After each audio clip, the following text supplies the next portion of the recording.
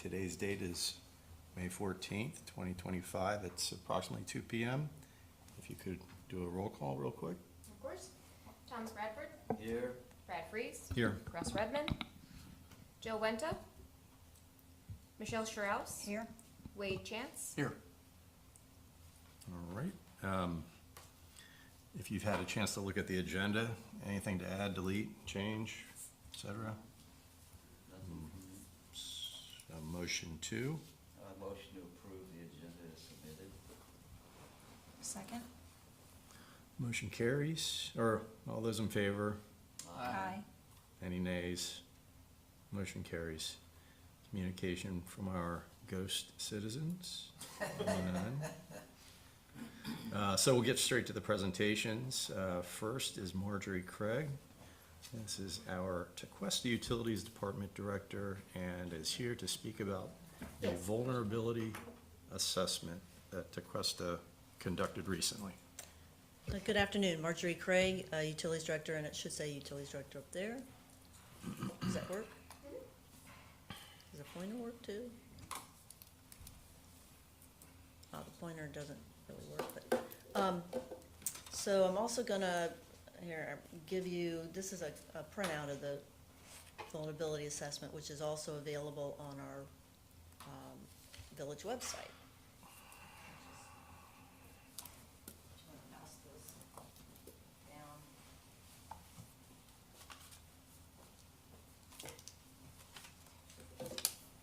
Did you come? Oh, is it one big packet? Yeah, it's just Oh. one big, it's just for you to kind of see, kind of, I can't read that basically right now. what it looks like. How big is it? Kind of flip Okay. through it and just see. Oh, okay. It's got an inventory, it's got a basic, and we'll just go through that too a little bit. So, just here's a presentation outline. So motivation, why did we do this? What kind of funding did we get? How much did it cost?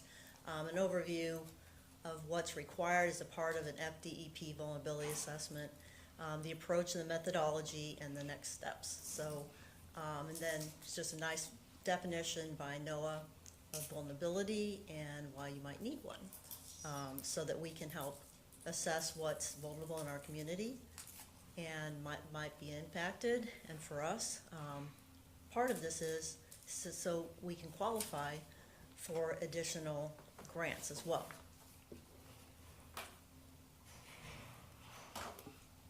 Okay. So Allison put the moving water in there. I want you to appreciate the movement here. That But is impressive. so why we do this, and climate change, some people call it climate change, some people call it sea level rise. But according to the latest science on it, it's projected to rise over the next 30 years along the U.S. coastline between 10 and 12 inches. Over those 30 years, that's like 3.4 inches per year. And that's as much as what it's been measured over the past 100 years from 1920 to 2020. So with that increase comes an increase in probability of flooding, as you can imagine, and that's further exacerbated by the intensified natural disaster strength. And just even during my lifetime, even though I look quite young in my mind, I've just noticed just an increase in the intensity of these wet weather events that we've experienced, even just last night. It's just. So this is just a little bit from the FDEP, Florida Department of Environmental Protection. They have a whole program on Florida resiliency. On May 12th of 2021, Governor Ron DeSantis signed Senate Bill 1954 into law. And this comprehensive regulation ensures a coordinated approach to Florida's coastal and inland resilience. So DEP has an entire section devoted to coastal resiliency and just the Florida Resilient Program. And the program enhances our efforts to protect our inland waterways and coastlines and shores. And if we can do that, it helps provide natural defenses against sea level rise. And this legislation will yield the largest investment in Florida's history to prepare our communities for the impacts of sea level rise, intensified storms, and flooding. And we would like to try to get some of that funding if we can. This particular project was funded at 100%, But anything that we go for as a part of our vulnerability assessment will be funded at a 50% unless we can get funding from somewhere else. But usually you have to come to the table with some level of funding.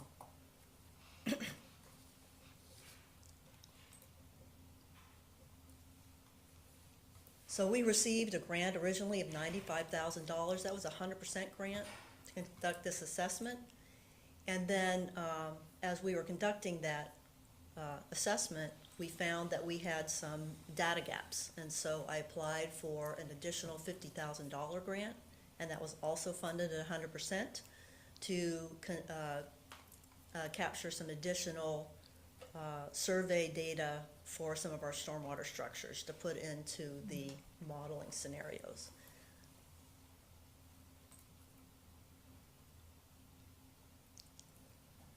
So there's going to be a lot of technical information here as well. I will tell you that my background, although I have an undergraduate degree in petroleum engineering and a master's in civil engineering, most of my career I've not been doing inundation modeling, so please bear with me. I've done stormwater modeling, I've done stormwater permitting back in my early days and even in my more recent days. As I told Jay earlier, the thing I like about stormwater, it's mostly related to gravity, so it flows, it knows where to go, and you can typically follow it. So this particular grant, this particular, when you apply for a vulnerability assessment grant, DEP is extremely prescriptive in how they want this grant conducted, the modeling that they want, the data they want collected, and how they want it analyzed. So I've already mentioned the threats of sea level rise and the increasing intensity of storms. And for us, our critical infrastructure are water plant, electric supply, and any regionally and culturally significant structures. And when we evaluated our inventory, we didn't just look at, you can have things that are certainly village-owned infrastructure and village-owned items in your inventory, but you still have other items on that inventory list that are potentially at risk, even if they're not owned by the village. So that layer there, that comes directly from the DEP, I'm just going to call it the recipe book. It's a highly technical book on how you put together a vulnerability assessment, what layers, what types of data that you put together, what kind of flood scenarios, and what you put into that, and the steps that you have to take. We had 2 public meetings. We came up with the inventory, the topography, the GIS layers. We found the data gaps. We drafted a vulnerability assessment. And when I say we, I mean the royal we, the consultant that we hired to do it, and then with review by the village as well. We did exposure analysis and sensitivity analysis, and then put together the final vulnerability assessment. Again, this is just the methodology and the steps that we took.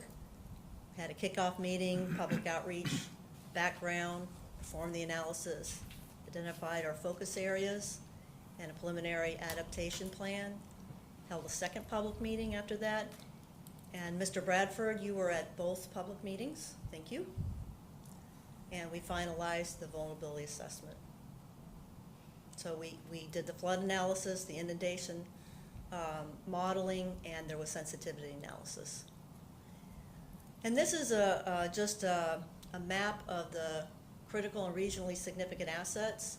You can see that a lot of that's the infrastructure in place, and some of those stars and the dots would be the wells in our water system, our water treatment plant, and some of the other important City Hall, the Public Services Building, and places along the coast there. This was just a list of types of inundation modeling and analysis for anyone that really wants to get into the weeds on the technical part.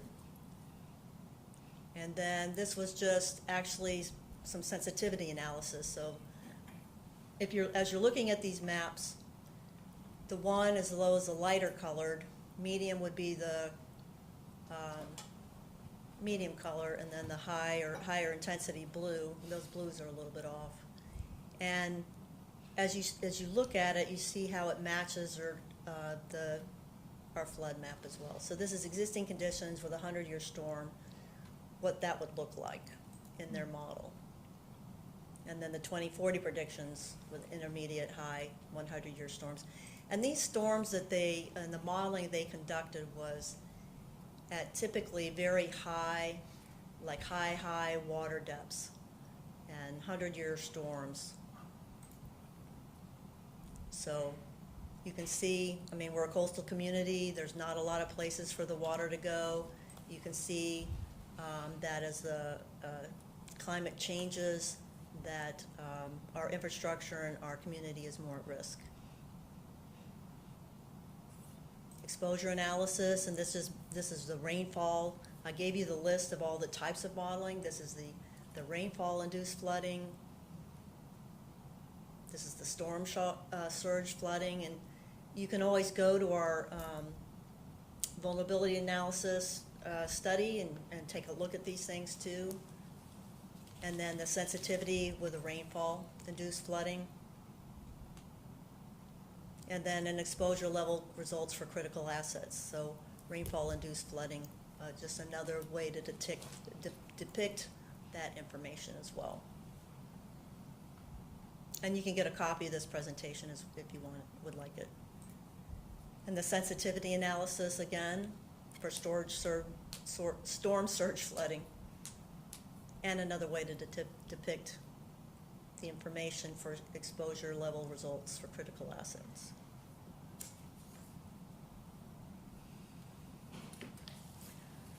So after all the modeling that was done, our focus areas, we could see, where the water would go.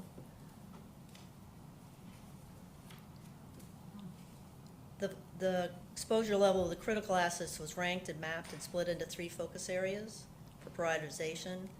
So in the larger map, you can see focus area 1 is highlighted in blue, and focus area 3 is highlighted in green. Or you see the blue there to the right, closer to the coast. So both of those areas consist of a less urbanized and eastern portion of the village and contain a lower density of critical assets. And then focus area 2 is depicted by the red highlighted portion as the highest concentrated of critical and regionally significant assets.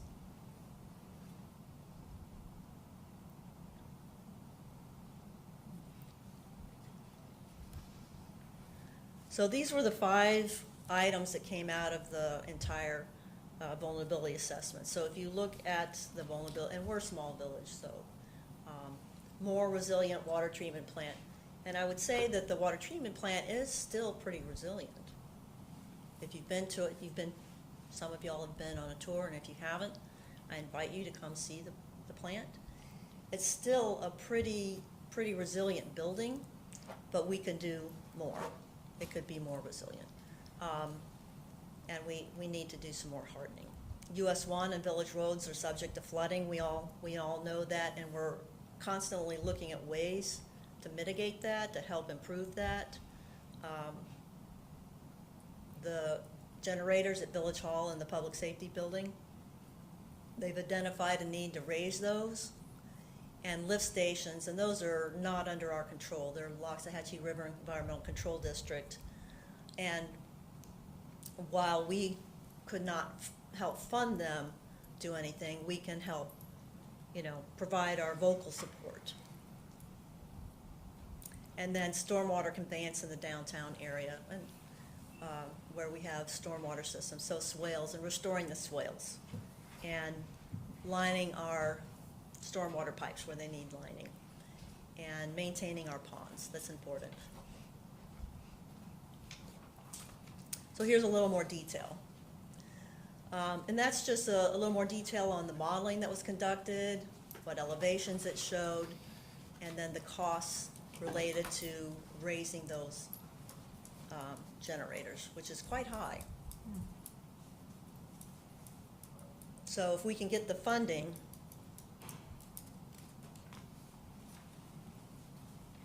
we can get 75% grant money for that.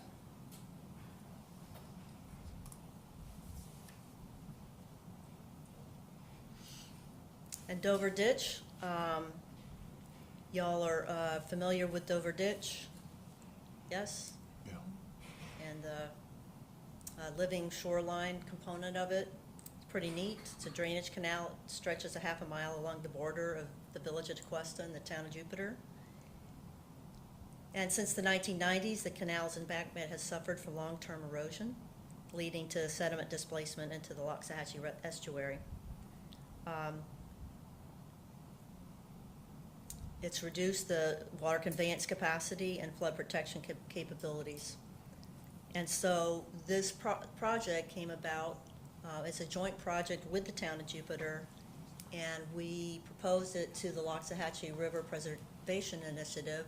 They supported the project, and we advocated to the legislature and got some 50% funding. So the project's estimated to cost $315,000, and of that, the village is responsible for 60%, and the town for 40%, and that would be the remaining 50%. So 50% of 315,000.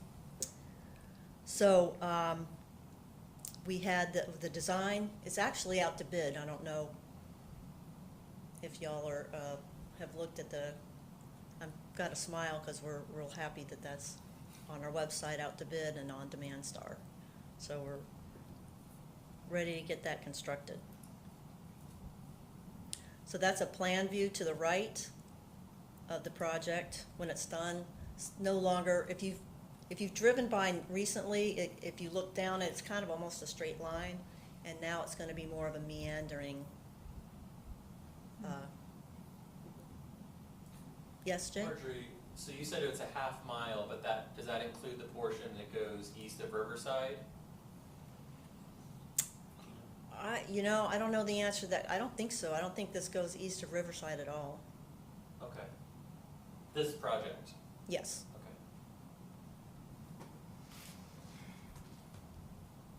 Okay. Yes. This project does not go east of Riverside. That's correct. This is just west of Riverside. Okay. And are there plans to, in the future, do anything east of Riverside, or is it just gonna be this? I recently became aware that there was a second part of this project that might be up for consideration. So right now, our stormwater fund is very limited. So we have to save up to even be able to apply for a 50% funding.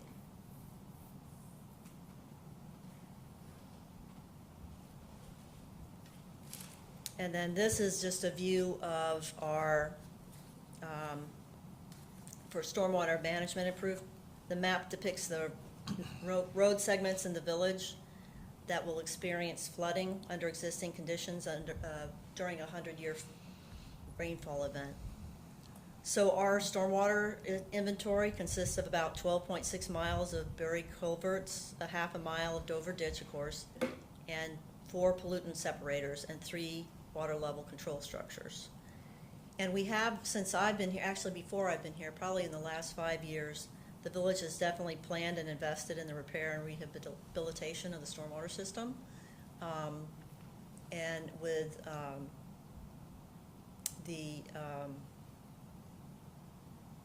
Mr. Bradford, what's the one up at, we just installed the large catch basins. Oh, you're not talking about equivalent building units, are Well, it's up north of Tequesta Drive, El Portal. you? We did the El Portal project. We've done numerous linear feet of stormwater pipelining. And right now, the biggest bang for the buck is the stormwater pipelining. We have many feet of stormwater pipe that are near or at their useful life. And so they're starting to deteriorate. And so we have a list of prioritized stormwater pipe to line. And so that's what we've been really focusing on. But we also have identified some swales that we're going to restore. this year and next year, because we really need to restore our swales throughout the village to help convey that water to our stormwater structures and to the ponds, so, go ahead. Marjorie, did they tell you how long a life expectancy when you line the pipes versus replacing them? So it basically, my understanding is it doubles the life of the pipe now, so it's another 20 years at least, maybe longer. Okay, I just say 20 years because you've got to keep checking it sure. and TV it.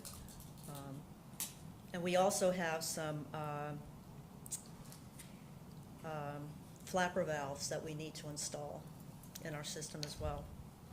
Margie, Yes.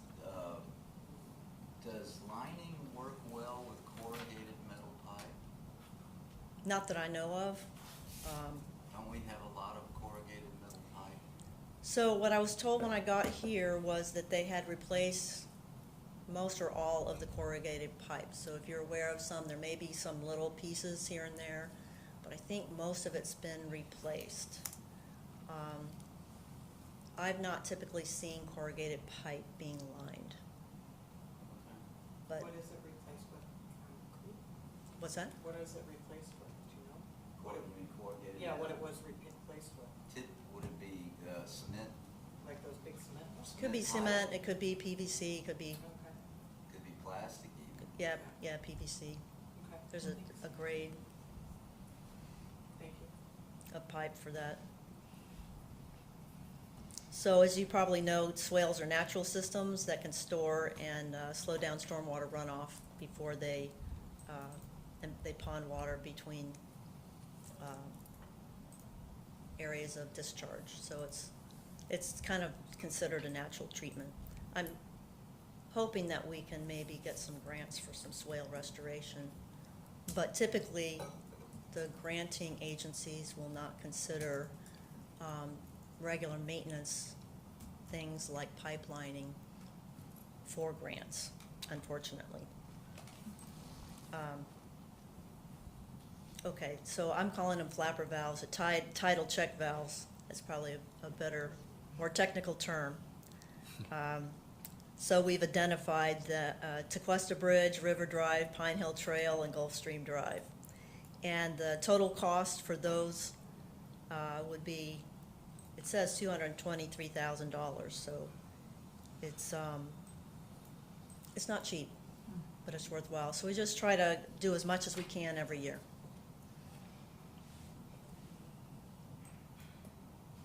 Resiliency and water supply. So you got a little bit of,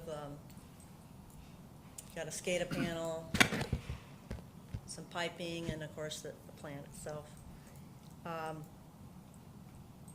So as best we can, we want to flood-proof the plant. So raising any critical components such as any generators, the electrical building and pumps will be evaluated. And we'll have to do an additional detailed assessment to analyze all of these components to see about raising the levels and the best strategy for that. We think that it'll cost about $30,000 to $50,000 to conduct that evaluation, but it'll be worthwhile.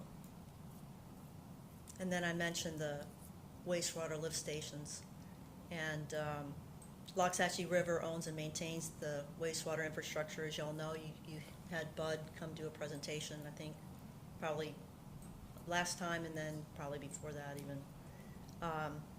So to really enhance resiliency, some of the lift stations may need to be elevated or modified. So that's something that we can communicate with the LRD rather, to see how that's going. And then, did I skip one? No? I already mentioned that the whole goal of this is to understand what our risk is and what we need to focus on, and also to set us in a good position to apply for grants. So the Resilient Florida grants come up every year about this time, usually in September. and they're available at a 50% grant level, but they don't, I can't apply for a pipelining project, so it needs to be something that meets the criteria. But for Dover Ditch and Dover Ditch Part 2, we can apply for legislative support if the legislature is taking those. Sometimes that landscape changes, right? And then I've talked to the manager about, is there anything we can do to partner with any neighboring governments to understand what their vulnerabilities are, and is there anything we can do to collaborate with regional solutions? And that's just a picture of the Loxahatchee River Coordinating Council and the Loxahatchee River Preservation Initiative, which we're a member of, and I sit on. So we really care about the Loxahatchee River and making sure that we're preserving it. And then these are just general recommendations to help mitigate climate change. Jay, you probably recognize a lot of this stuff. Compact community design, preservation of floodplains or zoning, reduce impervious surfaces, maintaining stormwater features, elevating critical facilities, and relocating structures at high risk. Dune restoration, now we don't really have any in our community, but we do see others, some of our residents and members have the dunes. And then constructed flood control measures. How does compact community design mitigate climate change? That's a Just Jay wondered about question that. there. He probably knows. I'd have to get back to you on that one. That was just one of the, Maybe on a macro scale, I don't know. I'm struggling with that one too. yeah, I would agree with you. Yeah, maybe on a macro scale, not on a Like village scale. statewide, right? Mhm. But not necessarily Not on a village Tequesta scale. wise. Yeah. So just our goals, improve our resiliency and promote safety. There's and be fiscally responsible. And you can see there's a QR code. Allison created a QR code to link to the vulnerability assessment if you want to go there. So that other link is to the Tequesta Critical Assets Inventory on the ArcGIS system. And I don't think I can get there now, but it was a hot link to when we were evaluating the mapping that they were doing, which was kind of cool to see all the critical assets on the GIS system and what they were looking at to do their inundation modeling. It was pretty cool. Any questions?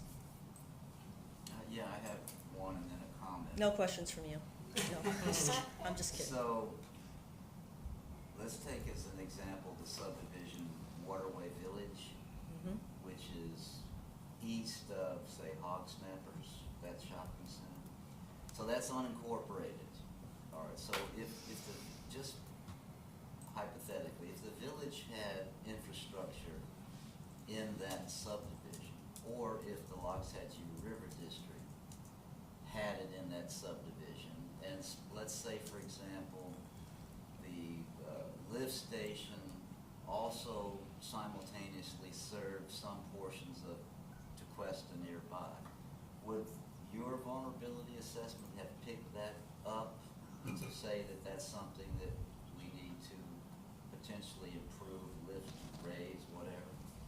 Would that be something that would be in that assessment? So if it was outside the village, I would say no. But if it was inside the village, are you talking about something that's like adjacent that would impact? It's, Well, just hypothetically, if you had a surficial well Mhm. somewhere in Waterway Village, would that study pick that location up for something to? Yes, look- if I had identified that, and I did tell them our service area was outside the village, and to make sure, that they were kind of looking at that as well. Because we still have assets that are outside the village. Our service area is twice as big as the village itself, which is common for a municipality that serves outside its limits. And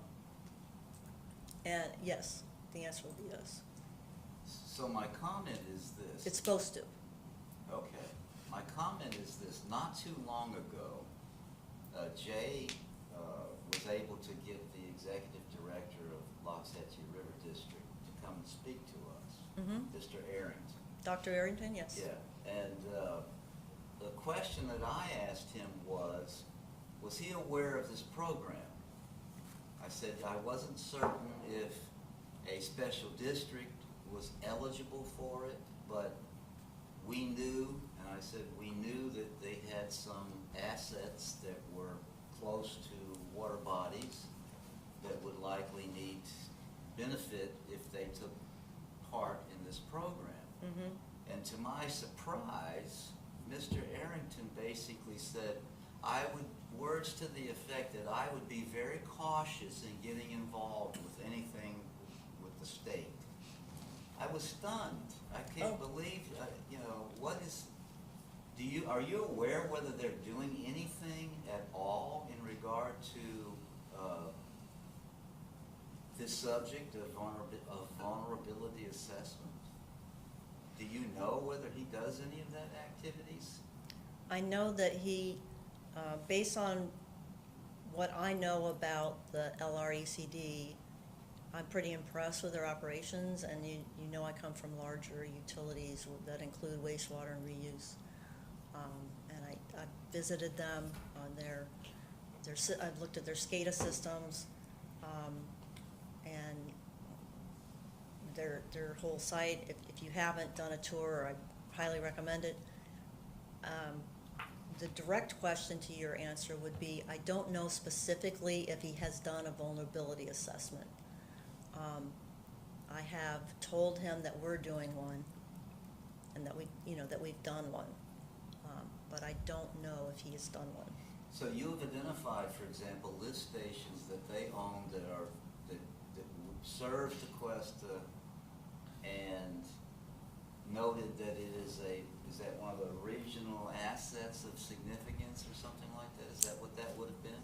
Well, it was identified as a focus area for us to focus on for making sure that they were, if we could coordinate regionally with them to make sure they were elevated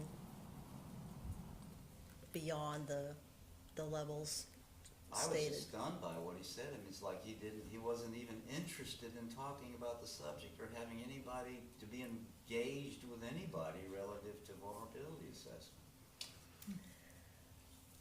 So, I mean, I know you don't control the man. I'm just thinking perhaps you interface with him at the Loxahatchee River Coordinating Council or things like that to find out what if anything is that guy doing, because we know there's lift stations that serve both unincorporated and Tequesta, and if he's doing nothing and a storm happens and it's out, our residents could potentially have sewage backing up in their house if they don't attempt to do something to lift up that infrastructure. So I will talk to the manager. I will be happy to talk to Dr. Arrington. I do see him at all the LRPI and the LRMCC meetings. I'd be happy to talk to him about that, ask him what he's doing. But wastewater utilities are typically always looking at their vulnerabilities and doing risk assessments just as a part of how they work. So I would be surprised if he didn't have any knowledge about what the risk was.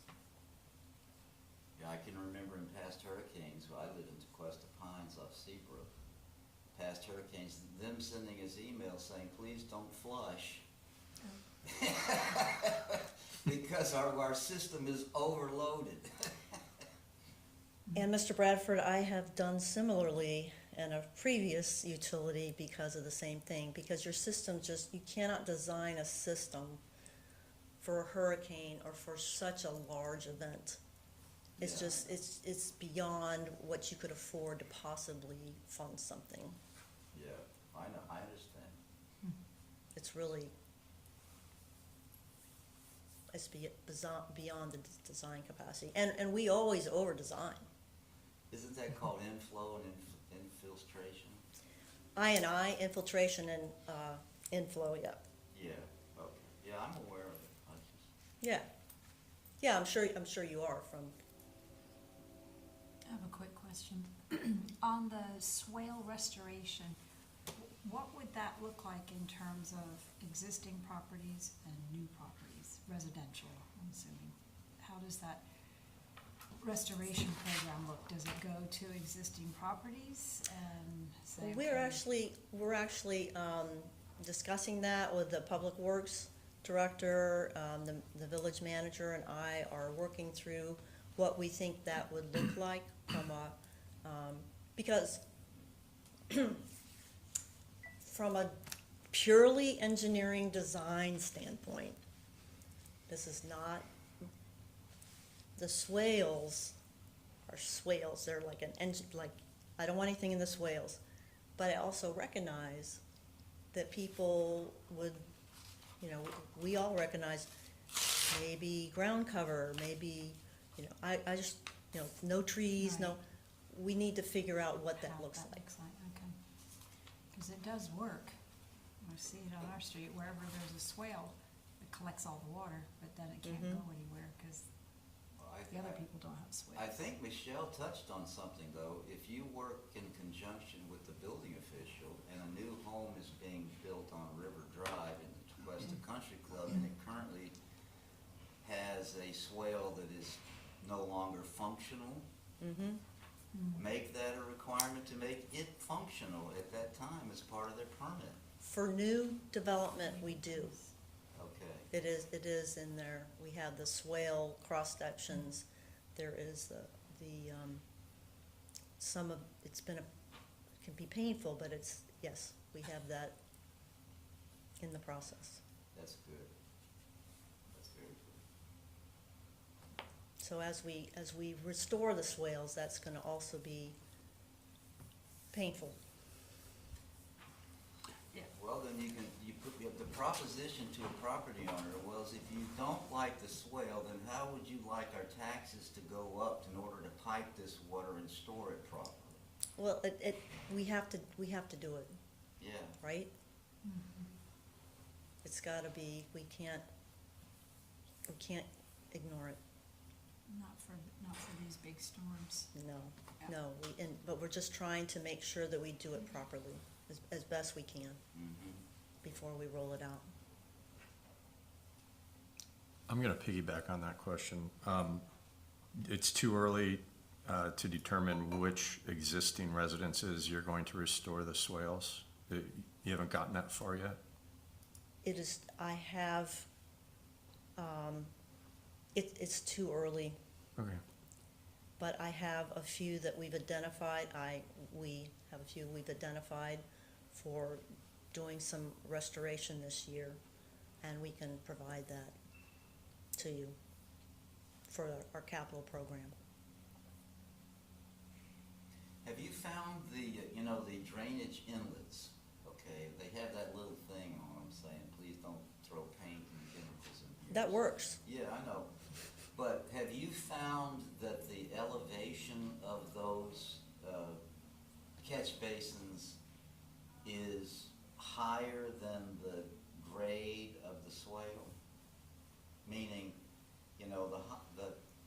at some point you can't do this, but you make the elevation of the inlet slightly higher than the grade of the swale so that it's automatically capturing water before it goes into the inlet, Mhm. catch basin. Mhm. Are you aware if our inlets our catch basins are slightly higher than the grade of the swales that are out there?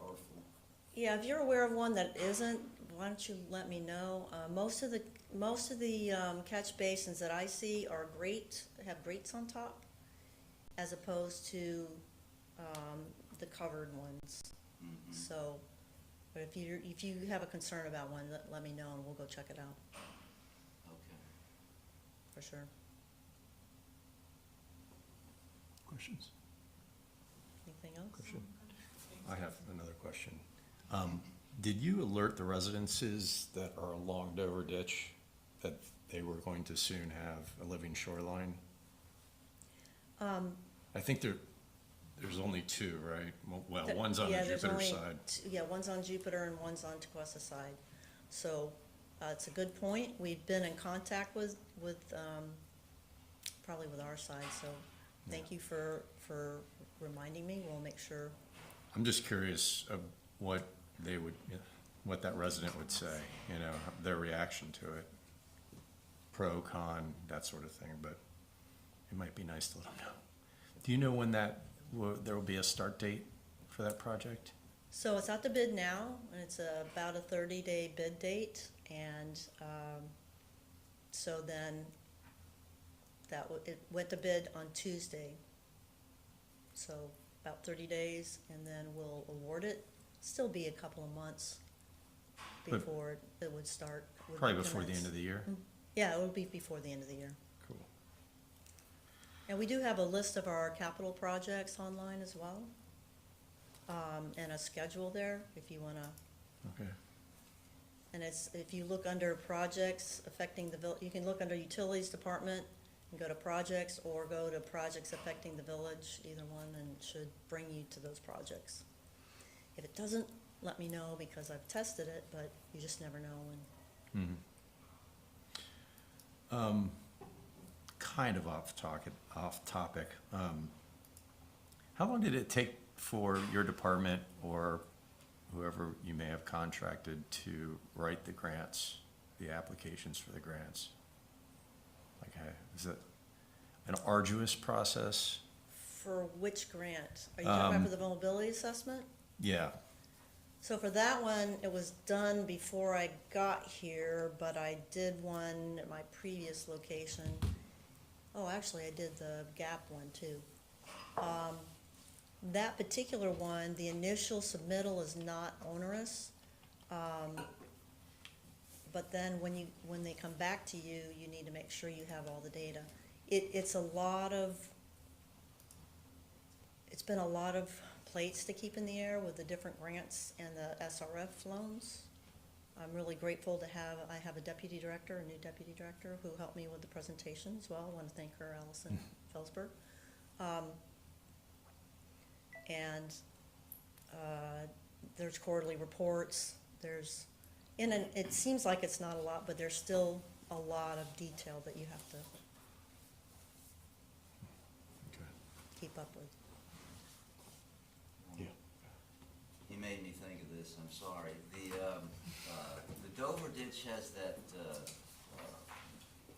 what do you call it? A sandbar forming as it discharges into the Loxahatchee River, correct? Yes. Yes, I mean, everybody knows it. It's been there for 20 years. So my question, Yes, I've looked Margie- at the aerials, and I've seen the sandbar, Yeah, and I've so- seen the aerials through time where it still shows the sandbar through time. I believe in the past, we asked the Jupiter Inlet District that periodically does dredging up the river, that area, and they did it for free, to remove that sandbar.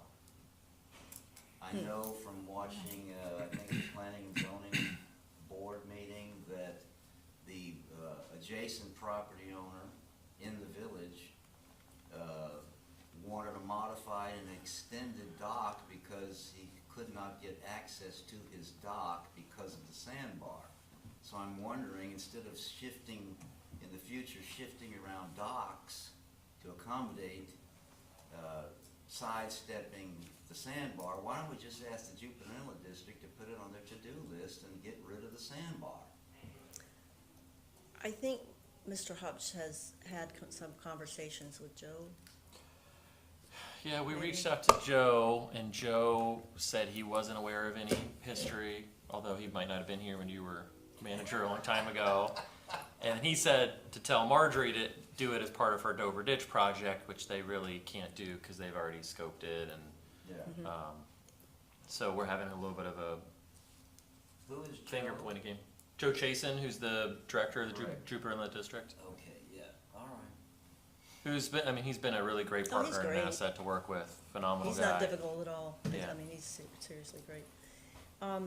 Mr. Freeze, to go back to your, I think the application was not, the initial application was not that, it was not onerous. It's making sure it's all of the other things, but if offline you wanna go through what's required for one of these grants or a state revolving loan, I'd be happy to sit with you and show you. The submittal for the vulnerability assessment for the final documents took hours and hours and hours, and then the final submittal to get the grant reimbursement was pretty rigorous. Okay. I might take you up on that offer. Yeah, I'm happy to Yeah. show you what it takes for a grant. Okay, any more questions? Just to thank Margie. Thank you very much. Okay. I appreciate your Always thank time. you for your information. Mhm. Thank you.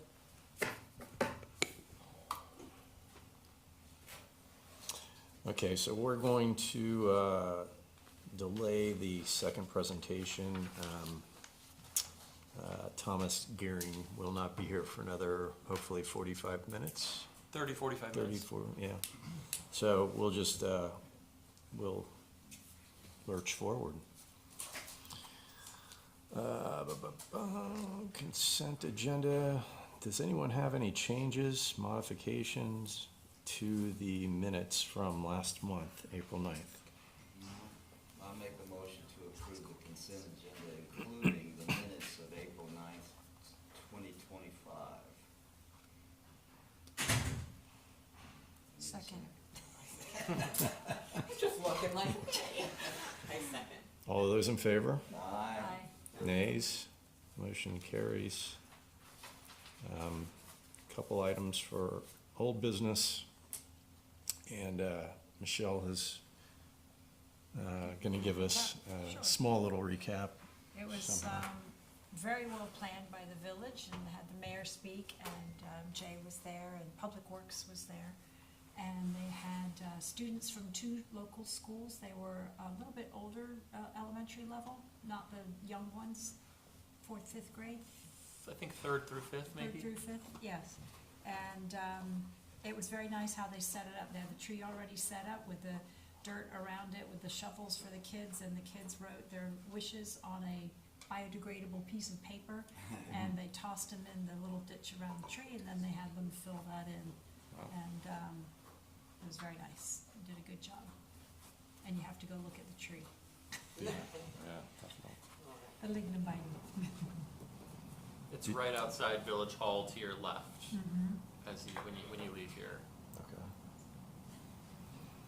Did you give your lignum vitae presentation? I did. She did a phenomenal job. She represented.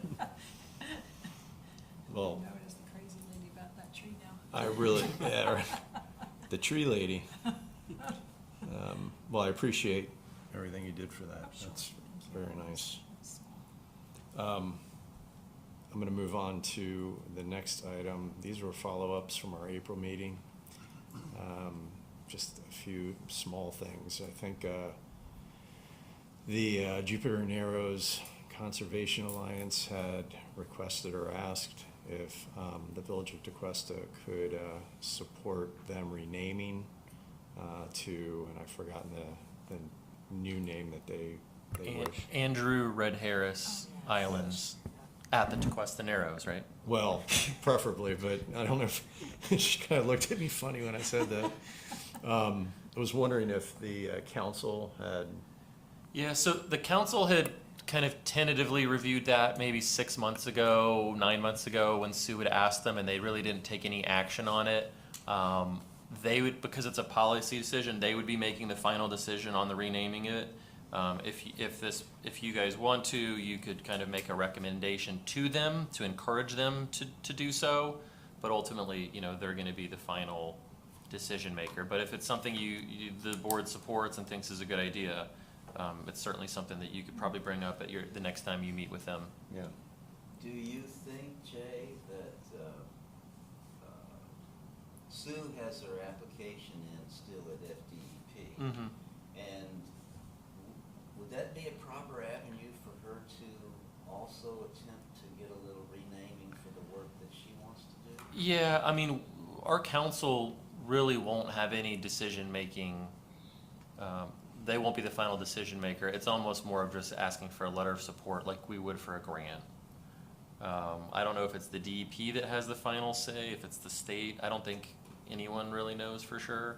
And I think our council didn't even know the last time they discussed it. So they kind of left it open-ended. So really, yeah, it's just a matter of, do we want to write a letter of support for them, supporting the concept of the renaming? And by that you mean, does the EAC want to write a letter? No. No. Does the EAC want to encourage the village council Council. to write a letter In support of the project? in support of the renaming? Renaming. They're already supporting the project. We already have an interlocal agreement or a public-private partnership where we work with them on grants. So we already are a supporter and a partner. Sue just wants our support for the political channel she has to go through for the renaming of it. Well, my recollection is the family of the person named was a major contributor to the cost of the project. Correct. Which is a good thing. Not so good that this person passed away, but anyway, I would think that's warrants, the significance of that contribution would warrant the renaming if such a thing can happen. And he lived in the condos adjacent to it Oh, as he well. did? Okay. Yes. All right. So there is a connection between him and the islands, and as you said, I think they've made a 6-figure donation. And it's an awesome family. So I'd make a motion that we ask the village council through whatever channel we use to support the request for the renaming in light of the significance of the contribution, et cetera, that the family may in the name of that person. I second. All those in favor? Aye. Any nays? No. Motion carries. What would be just a letter of support or me going to So their workshop? yeah, so I think we'll talk about that when we talk about the meeting situation and the meeting timing. They want to talk about that. So you'll probably have to go to a workshop with them about that. So I think it's a good time to just talk about any other Okay. EAC initiatives. So we just roll that into that meeting, which I Okay. think will be in maybe July-ish, maybe August. That's the next workshop, or that's the one where, We have a really busy June one, Yeah. so July is the earliest one that Okay. is queued up.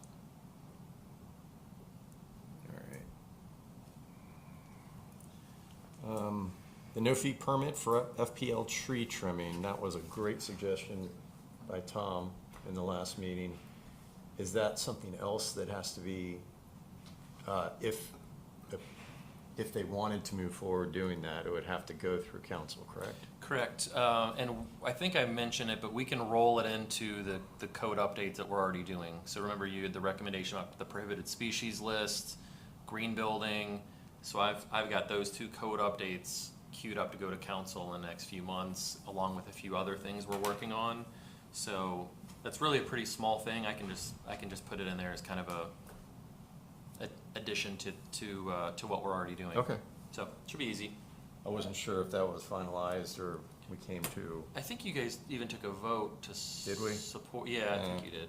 But it's small enough, and I think it's a good idea. We'll throw it in the code update. Would Doug Chambers be responsible for the permitting process? And if so, I guess he needs to be made aware that we've made this We'll note that they have to do a permit. It'll come through the building department, but I'll note that it gets routed to Public Works and to the village landscape architect. So Steve Parker could also provide some input. If we think they're doing something outlandish, we can try and work with them on it. Okay, all right, that's fine. just a question about the workshop. because I think in the last council meeting that I did watch, they said that in June, they would take up the seat vacancy and the frequency and Yeah, they But- might have said that, but they didn't know at the time that Okay. we already have that agenda set, and it's got like 4 big items on it, so it can't go to them until July at the earliest. that's fine. All right. Construction runoff mitigation strategies. I probably would just hold off on this until after our next month's meeting unless someone has comments about it, because next month we will be having, what was his name? Wayne Cameron, our building official, who's on vacation right now, but we'll have him at the next meeting, and I'll try and get Marjorie as well. Isn't there something in the code for example, let's take River Drive as an example, the properties on River Drive that are on the water, okay? I recall there being something in the code that there's like a 10-foot setback barrier, that's my word, barrier area required to keep fertilizer out of, pesticides out of. And then the other thing that I've been, when I saw the agenda, I was thinking about is like, so let's say you are constructing a new home on River Drive, and there are a lot of them underway.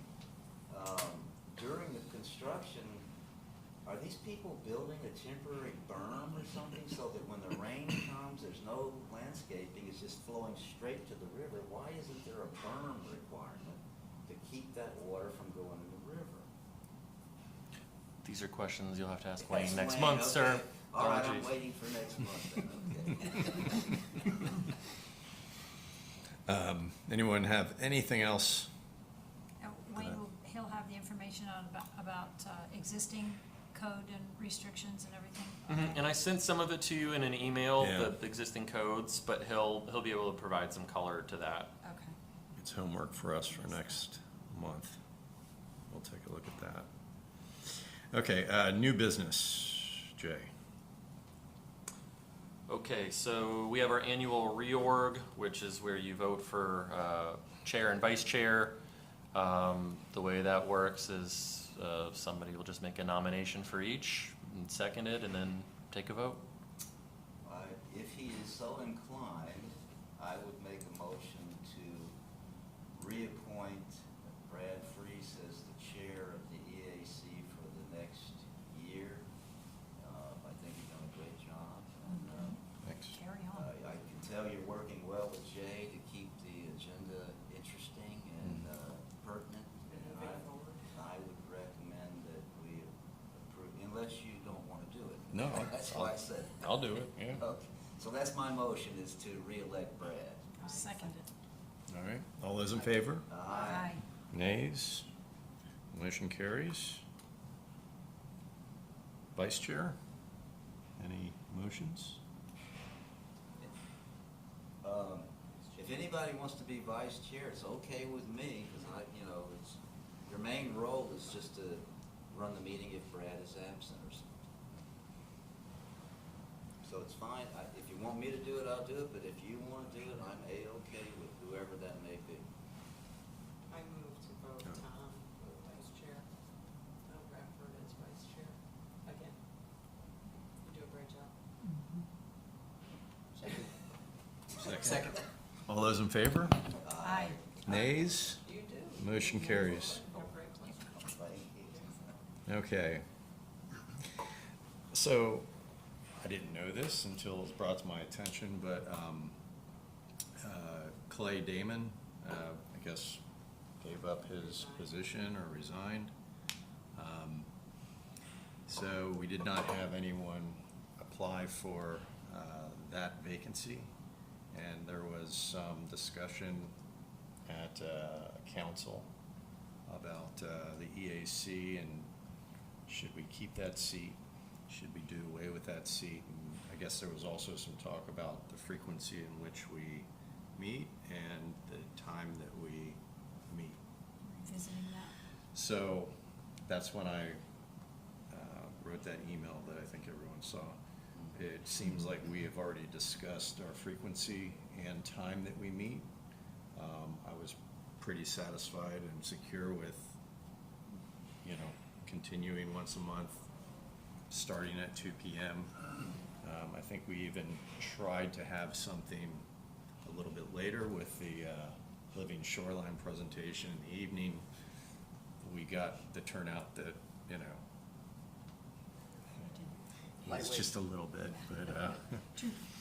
but, so I guess really the only question would be removing this seat. I don't know, we've never really had any problems achieving quorum, so I don't see why it would hurt us in any way to keep that seat open in case someone does, I agree with that. come by and show some interest in filling it. So if anyone feels differently, please. No, No, I I agree. like the idea of keeping Oth- it open as long as Other it than the doesn't quorum interfere. size, are there any other Other implications that are important? I don't, And how do I you don't handle think it so. if it's a split 3-3? Yeah, That's a challenge where you typically need an odd number of board members for votes. Mhm. So that's why I think one thing they mentioned was leaving the seat or eliminating the seat and then letting not eliminating any of you, but the next time somebody resigned, retired, whatever you call it, that seat just then wouldn't be filled, and then the board would become a 5-person board versus a 7-person board. Which our planning and zoning board is a 5-person board. It's not out of the norm. So that was an idea that got floated. Okay. Well, if it's not unusual to have a 5-seated board, which in past experiences with boards, you always have an odd number for that specific reason of a tie vote.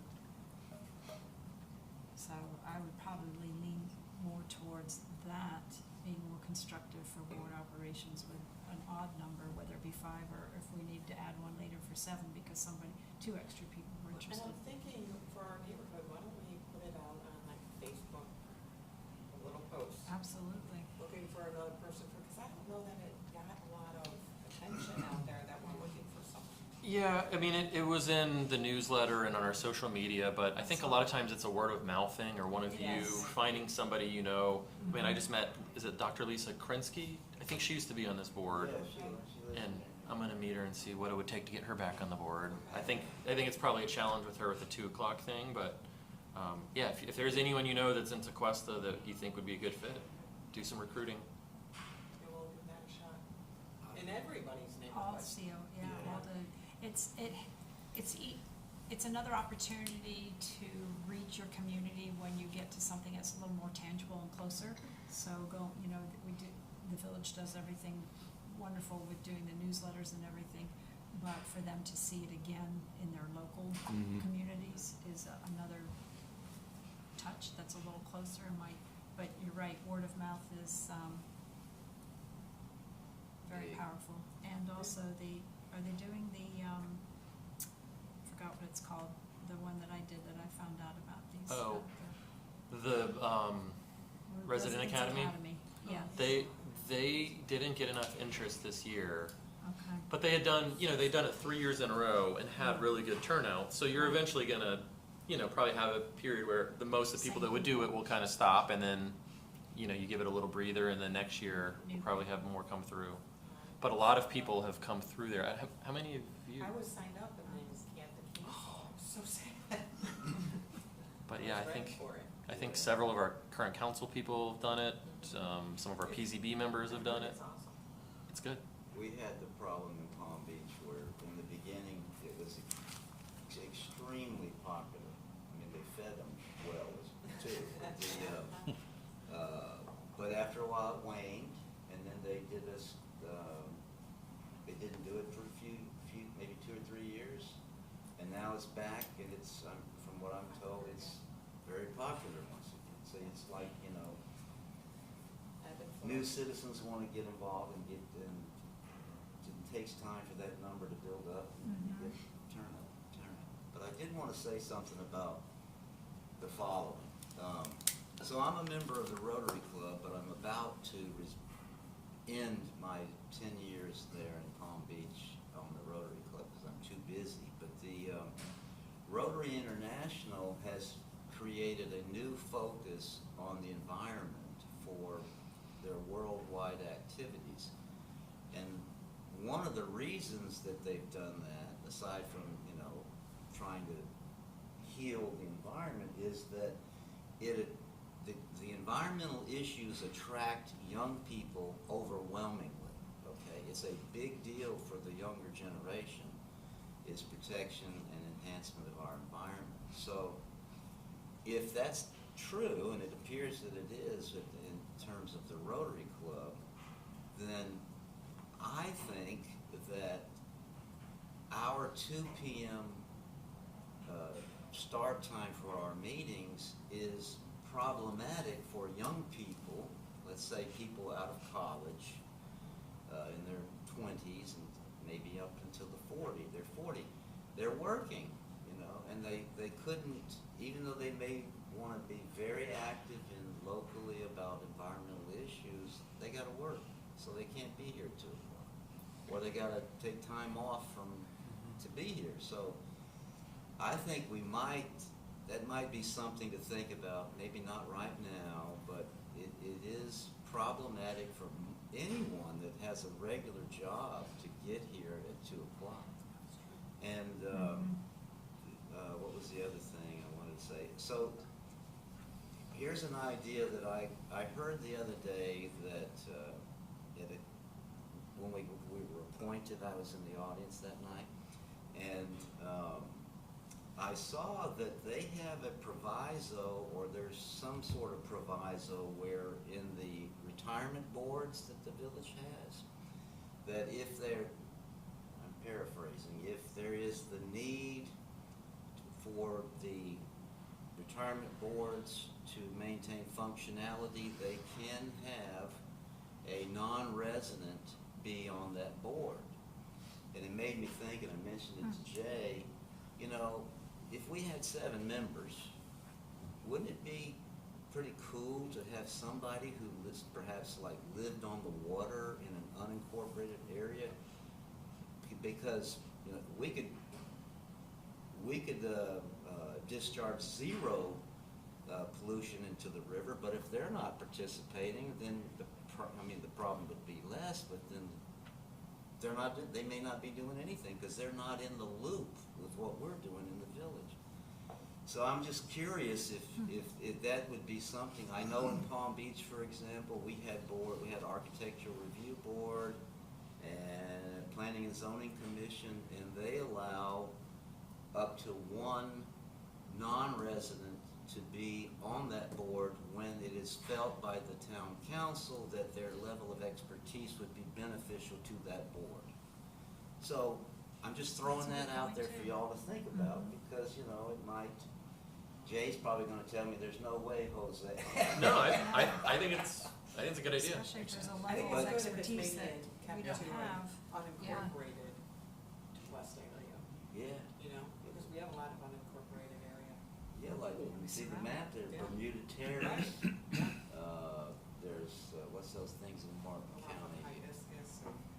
Another idea too is if it's somebody that's local but has a really technical knowledge of something you get, some water quality expert, or could even be Bud Howard or one of these people that have spoken that don't live in the Yes. village. I agree Lives with in the that. village. What Bud does? Yeah. Okay. Where is he? What a call today.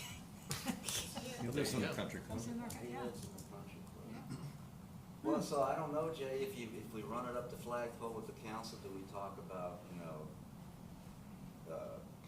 just the benefit of having an unincorporated resident be in it, or would they prefer that a non-resident having a level of expertise that is deemed to be important for EAC? Good suggestion. And I would strongly recommend an odd number, whether it's 5 or 7. I agree. Is 7 some, Unless Jay why wants to was do 6 7. picked? It's seat number 6. Yeah, but why was 6 positions originally? No, I think there's 7. No, there are 7, there's just currently an open position. Oh, we have 7. And so the talk was Oh, of just, because we can't fill that 7th seat, right. which is seat 6. All right. Oh, I see. Okay, of- okay, Yeah. okay. And how often do we have tied votes anyway? But it could happen It's rare. Yeah. when you're on a board. All right, so I'll put together something to present to council regarding this. I do like that idea of outside of, Village of Tequesta, bringing in, another person. I'm not sure how we would advertise that, but maybe just word of mouth. Maybe someone from Jupiter or unincorporated areas, or someone with specialized expertise. I think that would be a benefit. So I'll write something up, send it to you, send it out, and have everyone take a look at it, but it sounds like still July. Okay. All right. Maybe it'd be something, I'm throwing this out, maybe it would be limited to zip code 33469, that goes all the way to Martin and all the way down to the river. Yeah. Yeah, that's good. Okay.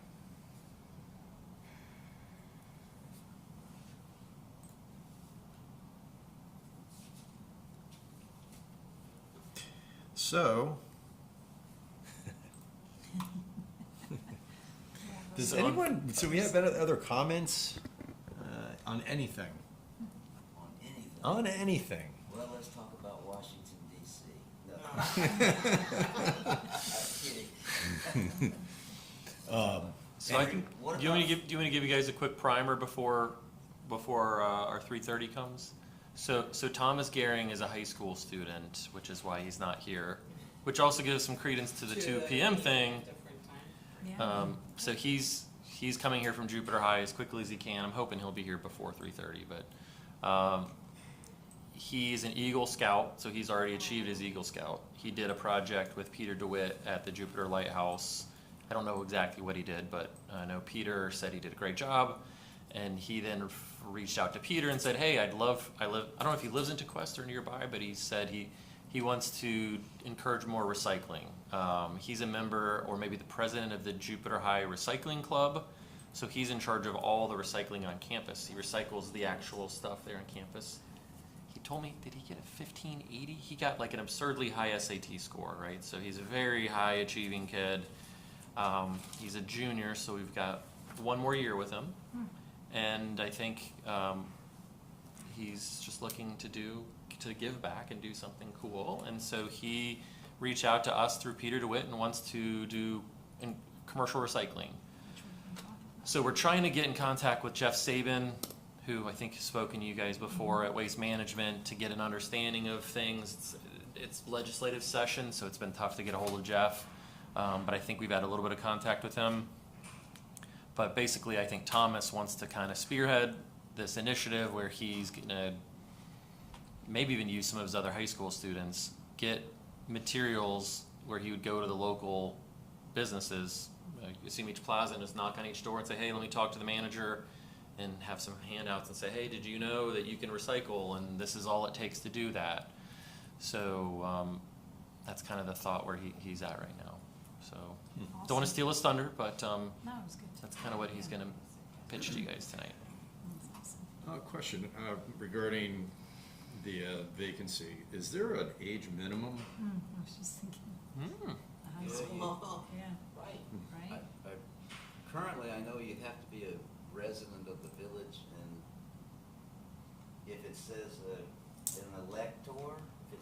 elector, then that would mean anybody 18 or older, I think, but I don't remember if That electors would in be that version. really cool. It's a great idea. Mm-hmm. Well, let's see if you like him first, right? Or any other We can have a student School that- once a month. yeah, Oh, like- it's coming up July, we can have it for. There you go. Would You would that- think that Jupiter High would let him out of school if he was on an environmental committee. I think high school gets out at like 2, It does. because Yeah. military at 2:30, 2:15 Oh, is that's just right. Yeah. murder. Yeah. 2:15, I think, maybe. Would a student possibility candidate for a seat on this committee receive community service hours? Probably, yeah. Very likely. Absolutely. Very likely. I think I'm liking that. Well, we even told him that we could support this as community service if he needed it. to- I wanted to ask all of the board, Is off the charts with that, he's off the charts with everything Yeah. else. I wanted to ask the board member, I know how Brad feels and I feel the same, but does everybody feel that the frequency of our meetings is satisfactory? In other words, I wrote to Jay in response to, like you did, Brad, and I said, I like the monthly meeting, it feels just right, it's not too much, it's not too, but I do have a question. What is the staff's preference? Would you prefer quarterly versus monthly, or do you see trying to do a quarterly agenda and all that backup and everything being potentially more problematic? It's tough from staff's perspective because I love the meetings. I think each one's productive. I think the speakers we get are amazing. I think that there should come a time where this board can pivot to only maybe doing. I think quarterly is too infrequent, but I think maybe every other month. I think that's a sign that you guys have been super successful, right? That there's not much more left to do. I don't know if you feel like you're there yet, but we did the village manager one. Oh, there he is. Do you want me to go get him? Yeah. The village manager did want us to look into what other environmental committees do, and like Jupiter does quarterly. Yeah. Boca, I can't remember what it is. There's only 7 in the whole county, but it's kind of a mix between quarterly, bi-monthly, and monthly. Yeah. Yeah, because when we talked about it at one of our meetings, we liked the idea at that time, because we had a lot of momentum going and changeover to members and stuff, so feeling like if we did it quarterly, we would lose our momentum. I agree, but every other month at some But point. every other month, I think that could work. yeah, I feel like we can keep our, I think a follow-on question to yours is how much stuff do we want to get done? Like, do we have a whole list of things that we want to tackle and accomplish? And if we do, then our meetings ought to really be set based on our agenda items, you know? But you never Our really aspiration, know. our mission, however we want to Yeah. position that. Yeah. If we got a mountain of stuff to accomplish, it seems like we ought to be meeting more frequently in order to get that done. I agree. which it's we were less than- doing, yeah. Probably less meeting. But you kind of never know, because all of a sudden something comes up Yeah. and, oh, this is an educational piece comes up and, oh, so you really don't. One of the communities, I think it's Ocean Ridge, does it where it's like bi-monthly, but that the chair can call a meeting at any time, or 3 members together could call a meeting if they wanted to. So then you could still do it on demand if a pressing matter came up. Okay, that's good. Yes, so that makes me think about the resolution that created us, if it says we have to meet monthly. But let's say it doesn't say that, well then maybe, Brad as the chair could, one month he says, next month we don't need a meeting, and then we have a meeting and he says, hey, this big issue's coming, we better keep meeting for monthly we have flexibility, but I don't remember what the resolution says, Like you could. I'll confirm that, but to that point, with our planning and zoning board, we typically have between 4 to 6 meetings a year. They meet monthly, but it's kind of on an as-needed basis. Yeah. It's a little bit different because those are application-driven, but I think that a lot of them kind of appreciate like getting a month off here and there. And I think it does make it easier to not get burnt out and to make sure each meeting is productive. And how many are we allowed to miss? I believe it's 3, maybe 2. I'll have to, I thought 1 or 2. don't quote me on that. For 12 meetings, Yeah. 3 is. I think you basically- can't miss multiple back-to-back. Yeah. If the committee met at an evening time, does that present any issues with facilities and staff? No, we would just have to move it off of the second Wednesday We'd have to move it off the second Wednesday because we do council meetings Thursday night, the second Thursday. Come on in, Tom. Come in. Hello, nice to meet you all. Good to see you. See you. I'm Jill. Hello, nice to meet you. I'm Tom Bradford. Nice to meet you, sir. Thank you for coming. Nice to meet you. All right, we can, we'll talk about Yeah. that in a minute. All right, Thomas, I think you're all queued up. Do you want to show them how to use the clicker? Clicker's right there. You're gonna point it. Oh.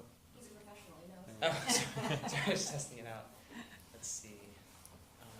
So we've already had kind of an introduction to you while we were sitting here, so Welcome. welcome. Hello.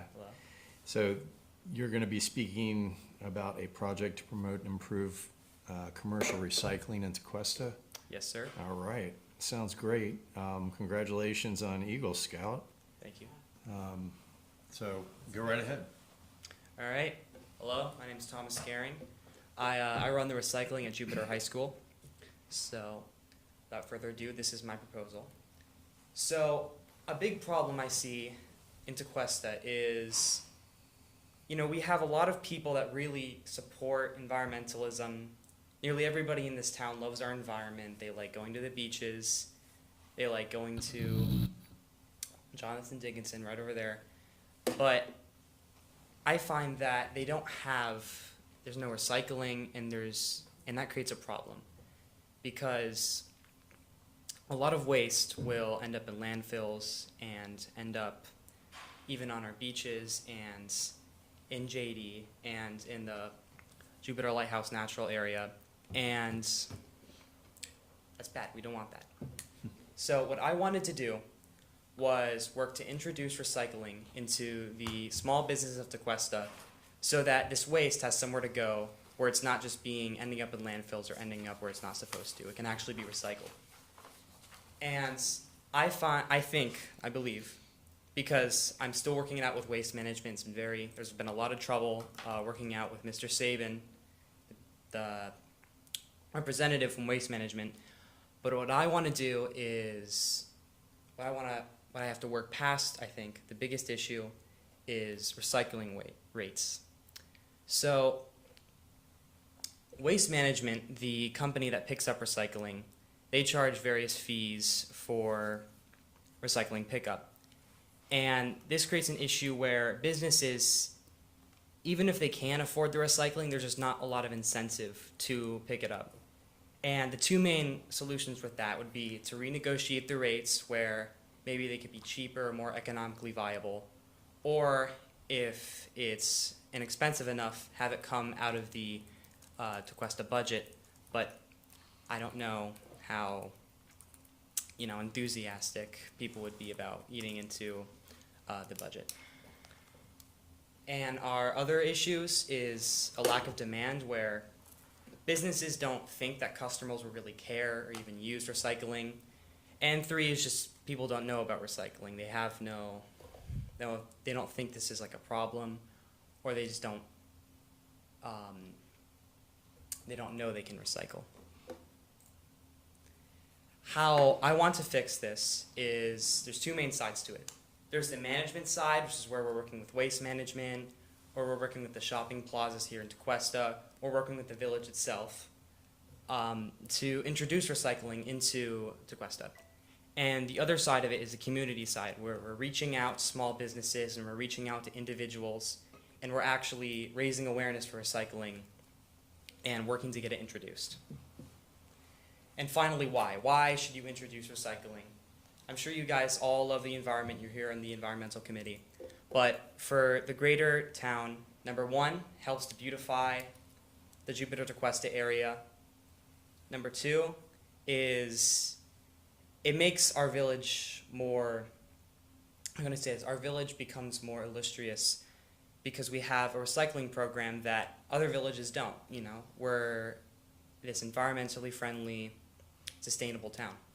And 3 is it promotes engagement within the people, people like to help the environment. They like to feel like they're recycling and making a difference. So introducing a recycling program will build that sort of community involvement. Love it. That's great. Thank you. Is it job. time for questions? Ask away. Okay. No, if you guys go first, I just asked. Any? Still formulating. Okay. I have a question for you. So, in thinking about the small businesses, especially I'm thinking of the Gallery Square, both sides, the north side and the east side.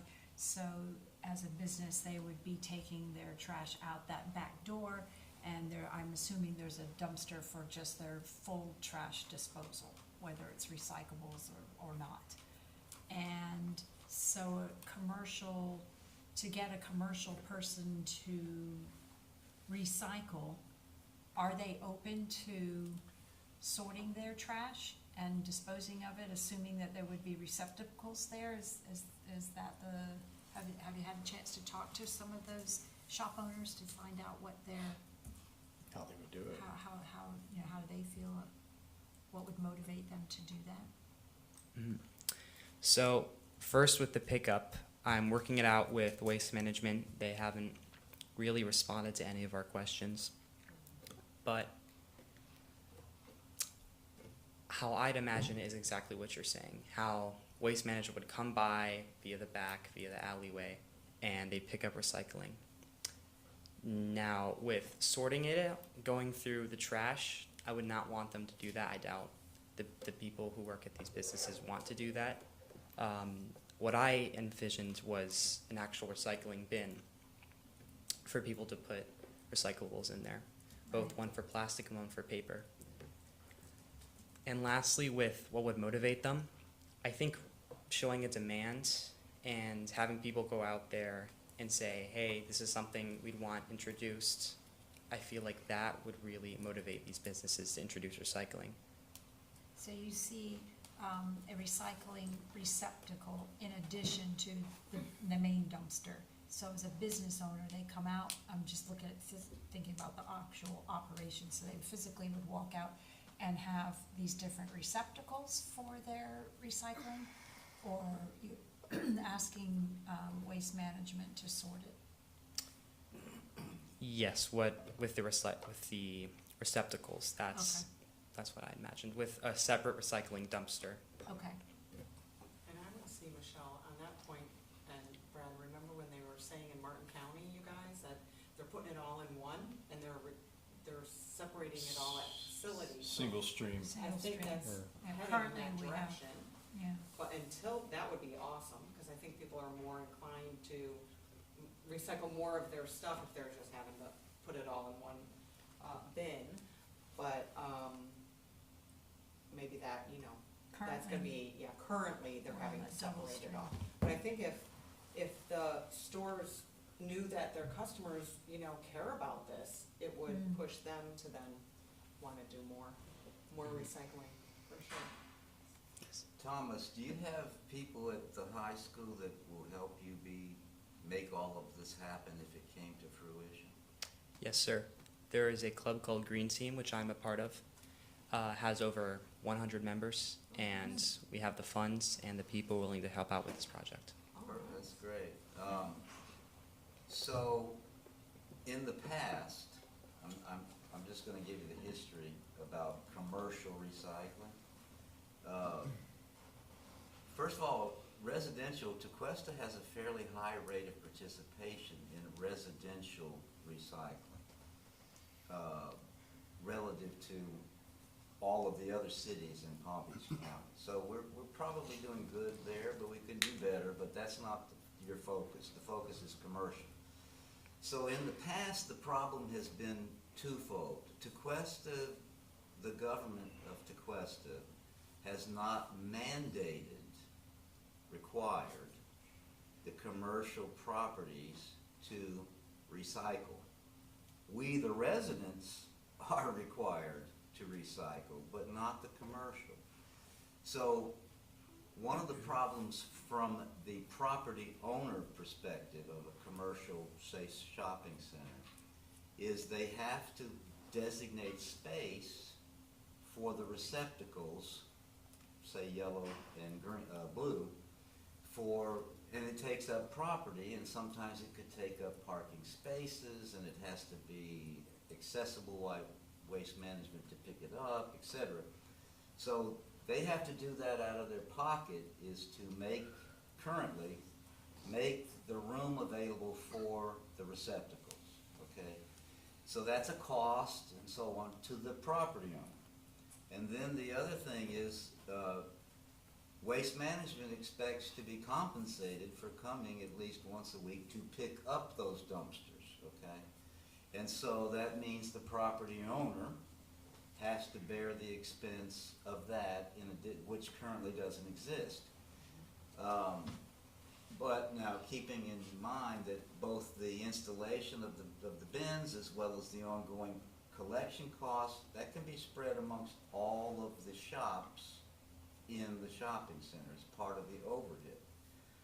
So boiling it down, the biggest problem is, one, the government of Tequesta does not mandate that commercial properties recycle. And two, the property owners have not been interested in doing it in the past for the reasons I stated. They incur a monthly bill, and they have to make capital costs to create the place and pay for the bins that hopefully waste management would give it. So those are the two problems. Now, imagine we cannot solve those problems. We could look at having such commercial recycling facilities installed in, say, Tequesta Park, and commercial property owners could take their recycling there, and that would be better than nothing. But, you know, the participation's not great when you've got to make a special trip in a vehicle to drop off your recycling. So anyway, I just said all of that so that you would have a feel for the things that you are going to have to deal with to make this happen. I want you to be successful. I just wanted you to know what the problems have been in the past. Thank you, sir. I do have a question. Has there been an analysis on the opportunity to recycle in commercial space relative to residential? Do we know if commercial can contribute more than residential, and by how much? Could you elaborate on that question, please? So if we, as an example, if we knew that, I'm making up numbers, if we knew that a ton, okay, 2,000 pounds of recycling goods are available out there in the city of Tequesta, do we know if 20% of that comes from commercial and 80% of that comes from residents, or the opposite? Has there been a type of analysis to know if we're working on the biggest problem? I know your aspiration and vision is to go after commercial, but is it the biggest opportunity for us to make a dent in recycling? That I don't know. What I'd assume is that it would make a very big dent. As I've seen, being in charge of recycling at my school, without these recycling programs, a lot of trash goes unrecycled, and I believe that if we offer these commercial recycling programs, it would improve recycling a lot. In terms of making an impact on residential recycling, I'm not exactly sure how we could do that because that is somebody's property, but I would be all in favor of encouraging people to recycle more in this village. I will tell you a way that you could improve residential recycling. It was just mentioned, single stream recycling. It's done up in Martin County. I'm not exactly sure, maybe Stewart, but somewhere in Martin County, where all of your recycling material. No, they're still, no. One bin. One bin. I thought they were separate, but like the recycle was all in one, Yeah. and then your regular garbage is Yes. all. Oh, Right, okay. there's two bins. Gotcha. Two Recycling bin bins. and trash So bin. you have regular trash in one, and you have all your recycling in another, instead of like we do it now with the blue and the yellow bins, and you got, kind of separated out. I think he said that they collected a third, 30%. yeah, 30% more recyclable material with a single stream versus having two bins. Having separate- Does that make sense? Yes. So that's one way to, I think, improve on residential recycling. As far as, is it 80/20? There's no commercial recycling really right now. No, So really that not. is a Right. target. It would you be know. some estimate to Yeah. even estimate, the opportunity, but, it could be, I mean, you mentioned school, like, that's a huge Huge. user, right, of recycling opportunity, About but you may, 4,000 people. what's that? About 4,000 people at my About school. 4,000 Yes, people, right. students and faculty. So, like, even thinking about if we couldn't and didn't want to target all small businesses, but there could be some high volume businesses unique to them where they get boxes every single day that they need to recycle or would like to recycle, or they get cans or bottles every single day, you know what I mean, throughout the week. There could be some really high volume businesses that we could target and still make a big dent in the commercial space. Yeah, absolutely. I know. To your question, which was a great question, I phoned a friend, ChatGPT, and they said that according to EPA nationally, so it's national, not locally, but 60 to 65% of all waste is generated from commercial and institutional uses. 35 to 40 is from residential users. So commercial does, on average, generate more. And thinking of like big users, Publix, right? I mean, how many boxes do you think they And get? how about our Barnes and Noble now? Barnes and Noble. But I know for a fact, Publix in Tequesta has a compactor, and they Mhm. recycle all Sure. cardboard, Right. because that's, Yeah. they make money on that cardboard. Right. And it costs them money too. Yeah. Just all. It's a great problem to solve. Yeah, it is a good problem Yeah. to work on too. I have a question, guys. Have you had a chance to talk with any of the local businesses here the owners in Tequesta, and what has their feedback been if you've talked to them? I have not talked to them yet. I think maybe it would help to go and ask them, and ask them what they feel could be done to make it easy enough for them to do this. Mhm. I wanted to Great plan. hear from you all first, if Yeah, you had any sure. advice. Yeah. So that's, Well, personally, I want you to be successful. I Yes. want you to Yeah. try to do whatever you can to facilitate a viable commercial recycling program. And as you clearly noted, it's non-existent in Tequesta unless somebody like Publix is using box compaction they're the only thing that I'm aware of. Mhm. So it's a good thing to focus on, and like you said, Jay just said how large of a potential it is. So I for one am willing to help you get off the ground and do whatever it is you want to do. And you can come to our meetings regularly, and if you run into problems, you could bring them to our attention. We could give you our advice or whatever it is you may need from us. thank you, sir. What do you, other than coming here and letting us know about this project of yours, is there something right now that you would want maybe our group to do to help you along? I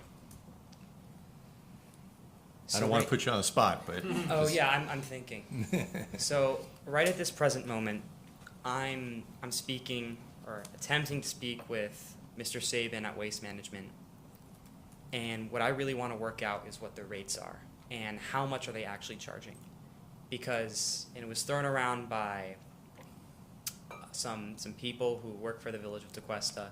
They thought could maybe happen is if the fees aren't too exorbitant, if they're relatively cheap, it could be paid out of the village of Tequesta budget. So that's what I'm really trying to work out with Mr. Staben right now. Also, how Waste Management picks them up. What I would like to ask you guys, is I am aware that there has been some attempts to turn recycling into single stream, correct? And- Well, not here, I think they just brought it up that it would be a good thing to try to do, Mm-hmm. but I don't think they've attempted it yet. No. Well, I can tell you, yes, Monday morning, I saw a brand-new waste management truck for the recycling collection in my neighborhood, and it's brand spanking new, and it's got, the yellow goes on one side and the blue stuff goes on another, so they've already invested, tons of money to keep the dual stream thing going. But I'm not negating the fact that the data shows that single stream is better in Yeah. terms of participation.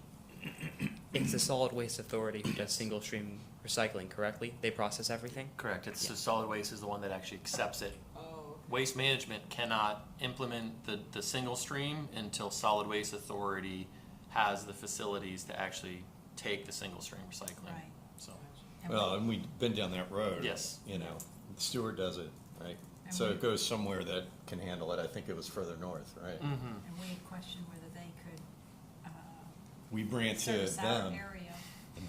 Yeah, switch it off to is them. it just Well, county? that's a possibility. yeah. It's remote, but it's possible that, well, no. Palm Beach, let me explain this to you. Palm Beach County, you all know who Liz Shower is, right? Maybe you've heard the name. She was in the last, it's on the back page of the smoke signals. She was a past mayor, and so on. Her husband oversaw the project for the Solid Waste Authority to build an waste to energy plant. So everything that's collected, like in our trash, goes there and is burned, okay, and it creates electricity. Now the upside is it reduces the demand for the landfill, okay? The downside is if you're in the smoke from the burning includes things like mercury and other stuff that lands wherever the wind's blowing, okay? So that's the downside of it. But Ray Shower, Liz's husband, he oversaw the project. At the time, it was the largest waste to energy facility in the world. And so they're paying, it was over $1 billion for this plant. And so they've got 30-year bonds on this, so they're not likely to say, oh, Tequesta, you can take your waste stream here. They want the waste stream and they want the money that we pay that goes with it. So very low opportunity for us to get out of here and go with Martin County. But maybe someday we could, but I don't think right now. Yeah, but just on the recycling side, they don't burn recyclables. do they? Well, that's true, that's true. That's what I'm talking about. you know, that- Waste management picks up the trash as well, correct? Yeah. Yes. Yes. So, I doubt waste management would do 2 trips, which is why I think that if we're being kept into the waste to energy program, they probably would Thomas, not. can you move that mic closer to you? Yes, sir, I'll talk louder. Okay. That's why I think if they were moving from the waste to energy program, if they were doing that, really committing to it, they probably would not want to have us switch our recycling to Martin County. Because if there's only one truck that's going by, am I wrong? No, there's multiple trucks. Oh, is there? Yeah, the trash guy comes and then the recycle guy comes. Oh, then I'm completely wrong. Sorry, sir. That's okay. So you need help interfacing with Mr. Saban, Yes, sir. okay? What can we do? to Yeah, help? so I think I said to you guys earlier, he's been in the middle of the legislative session, which I think is wrapping up, so I think he is a little more available now. He did leave us a voicemail recently, but I'll have the village manager ping him again and see if we can get in contact with him about that. Good. So let's say Jeff is willing to meet with Thomas, or Thomas, you have a team, like, do you have I know how many members you said you have, but do you have a core that's working on this particular project with you? I have some very dedicated volunteers, but currently it is just me. Okay. The question is, should somebody besides Thomas meet when Thomas has his meeting with Jeff? I'm happy to attend, yeah. Okay, if you're willing, that's it. Yeah, and I think we can help. Facilitate. Meg has gotten really good. Sorry, Meg. She's gotten really good at doing graphic design work. She has a program that pulls together stuff really easily. We could probably help them out with graphic. Although didn't you say your sister's like a graphic design whiz? I was actually going to pass this out at the end of our meeting. this is a flyer I had her make. Something very simple. She is artsy, and you'll notice that. There's an artsy edge to it. But I can have her make something a little more corporate, a little more receptive to the general public. And this is just a first draft of what she made. And I'll pass that out at the end of the meeting if any of you guys want Okay. copies. That'd be great. But yeah, but we've kind of offered to help out with some of the educational stuff and pulling together materials that they can share to the public. But yeah, really, when Thomas came to me, I said, well, why don't you just come kind of workshop your ideas with the EAC before you go out to the public, because you guys can help him. Any questions? I got one more thing. Yeah, sure.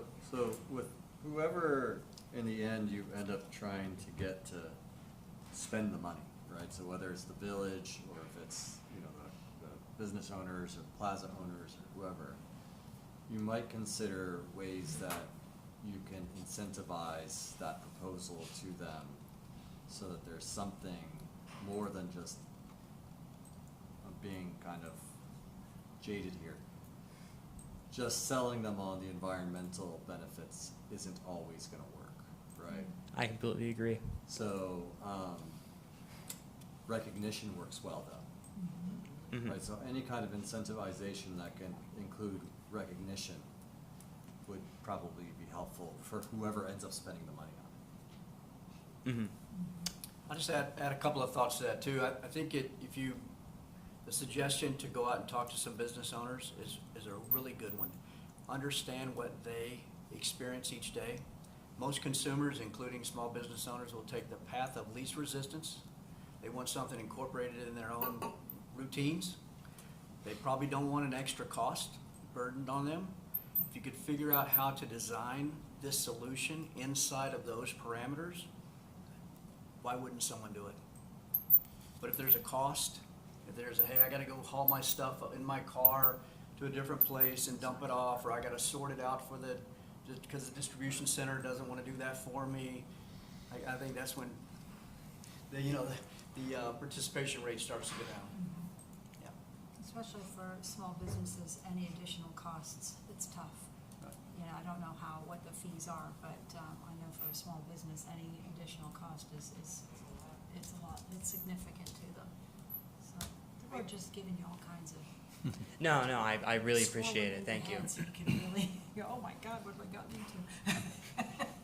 And I personally, if you have to pick and choose with recycling, saying that, taking into account these owners and their resistance, right, to really do this, I think the most important would be plastic. I agree. Paper and glass, Good point. I think plastic is the one that I would focus on the most, because that just sits forever in our environment. And yeah, I completely agree. I mean, the paper eventually disintegrates, Eventually, right, yeah. but the plastic just stays, Plastic. and that's what I wanted to focus on. Okay, perfect. Here's something for you to consider, Thomas. So today, imagine a shopping center that has zero recycling, okay? And so that means that shopping center generates X amount of tonnage of waste that results in tipping fees that waste management has to pay them, which is built into the rates they charge us, okay? But imagine if they had an active recycling program, it would reduce the tonnage that goes to the waste to energy facility or to a landfill. So there would be a theoretical offset in the cost of trash and garbage collection, and maybe that would help pay for the implementation of some or a portion of a recycling program for commercial. So just keep that kind of theory in mind. The numbers may not add up, but in theory, something there might be able to be used. And it's a great selling point. I mean, you tell people you're going to offset your trash collection, and this will result in the fees not being as high. That's going to really help sell people. That's great. Anything, all right.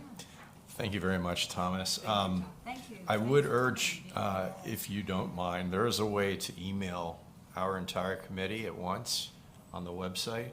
if you could keep us updated, it'd be great for us and maybe helpful for you. So I tried, actually, when I was first starting this project, emailing a couple people via the Tequesta website, some council members, before I came to the person who runs Jupiter Lighthouse, Mr. DeWitt. When I tried using the website, it actually did not work. It kept telling me that it was invalid. So is there any way I could have whatever email address it's sent to where it'll get to all of you, or maybe just one of your I'll send an email invite. addresses? I'll send an invite and copy Thomas, and it'll have all of their emails on it. So Yeah, that's we'll great. do That that. works. That's good to know. Yeah. None of us knew. Not unusual. When was this, when you tried? Month ago. Wow. Okay. I have heard that that happens to people trying to do council, and I didn't know that EAC had a button that everybody got. Yeah. I didn't know that. Yeah. Well, We'll look isn't into that that. how we got that, the guy who had a problem with Jupiter Narrows? I think he sent it to all of us at once. Yeah. Forget What's his his name. That's good to know. Thank you. I forget. Thomas. Yeah, thank you very much for coming. Appreciate it. I really appreciate all of your advice. It does help a lot, and I'm going to sit with everything that you've told me, and I really think that I'll have a great approach when I talk to the public and talk to these businesses. Don't hesitate to reach out if you need anything else. Yeah. Thank you. Thank you. Thank so you. much. Thank you for doing it, Thomas. All right. Do any of you guys want a Yeah, copy? yes, I Great. do. One at each site, we'll take them. Thank you. Something my sister made. She Thank you. is in 8th grade right now at Oh. Bach Middle School. She's going Alright. to high school next Thank you. year Oh, that's where my boys went. for digital arts. Would you like one? I like this better I than like the this. commercialized one. Yeah. Me too. This has more like, hey, get involved. Yes. Yeah, I like it. Tell her we love it. Yeah. I will. I'll be Keep sure. up her good work. Yeah, that gets your attention. It's not a standard booking. You have one from my Good. All right. All right, thank you. Any other matters here? All right. Anything else? No? No, thank you, Thomas. All right. Thank for you. coming. I appreciate all of your time, and thank you. Thank you. Great job. Have a nice day. Have a You great too. summer. I will. I gotta sneak out, guys. All right. Okay. Thank Motion Oh, to yeah. adjourn? Oh, okay. I make a motion to adjourn. Second? All those in favor? Aye. No nays? Thanks, guys. Wait, can we take a group picture before Oh, everybody yeah, yeah. leaves? What is it? All right, yep, today's the day. Tell me that stuff. I have He to didn't think about Hold on 1 second. All right, you're not anything. recording. What do you Let's want, go to us- the New York Times. Oh, gosh darn. what do you want us to do, What do you want us to stand? do, Yeah, stand? maybe just stand together, All right, I'll right stand in in front the of the back. seal. This I'll is stand in the Put back. the chairs in the back. a request Put from our chairs in the back so you don't have that. clerk's office. I was hoping the chairs were gonna cover me. But